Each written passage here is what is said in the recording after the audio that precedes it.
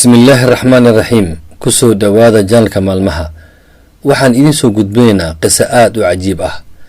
qisadan ayaa waxay ku saabsan tahay faa'iidada ay leedahay akhrinta suuratulbaqara. haweeney ayaa waxay la nooleed saygeeda iyo 2 caruur oo ay dhashay. gabadhan ayaa waxay ku aragtay ninkeeda dabeecado ay aad ula yaabtay. ninkan ayaa waxaa looga bartay farxad iyo bashashnimo, balse wuxuu isku bedelay nin cusub oo aan ahayn ninkii hore oo loo yaqaanay, oo laga bartay farxad iyo weji furnaansho. gurigii wuxuu isku bedelay guri murugo iyo isfahmi waa ay ka jirto.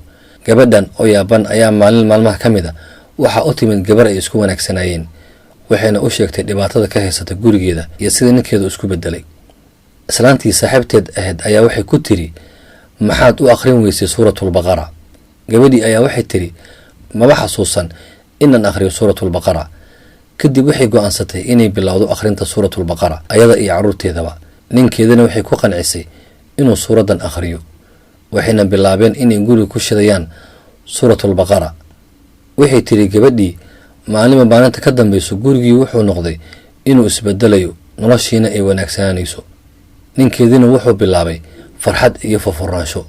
gurigii wuxuu ku soo laabtay sidii hore si ka wanaagsan. waxay tiri maalin maalmaha ka mid a aniga iyo ninkayga iyo caruurteyda ayaa waxaan jiifanay duhurka kadib. waxay tiri waxaan arkay riyo aan aad ula yaabay. waxay aragtay islaan aad u foolxun oo wadato caruur ayagana kasii foolxun ayada. waxaan arkay haweeneydan oo doonaysa inay ka baxdo gurigeena. waxaan ku idhi adigu kumaad ahayd? waxay igu tiri aniga waxaan ka mid ahay jinniga.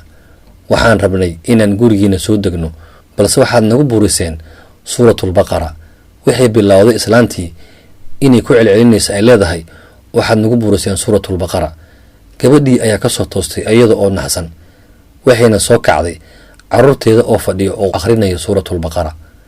qisadan waxaynu ka faa'iideynaa in aysan sahlaneyn akhrinta suuratulbaqara. sida uu rasuulkeena calayhi salaatu wasalaam noo tilmaamana, suuratulbaqara akhrinteeda waa barako, ka tegitaankeedana waa shalay. wuxuu sidoo kale xadiis kale ku yidhi rasuulka calayhi salaatu wasalaam, shaydaanka wuxuu ka cararaa guriga lagu akhriyo suuratulbaqara. waad ku mahadsan tahay daawashada muuqaalkan. haddii aad ka cusub tahay janalka maalmaha, fadlan sabskaraab dheh si ay kuu soo gaaraan muuqaalada cusub aan soo dhigi doono. mahadsanid.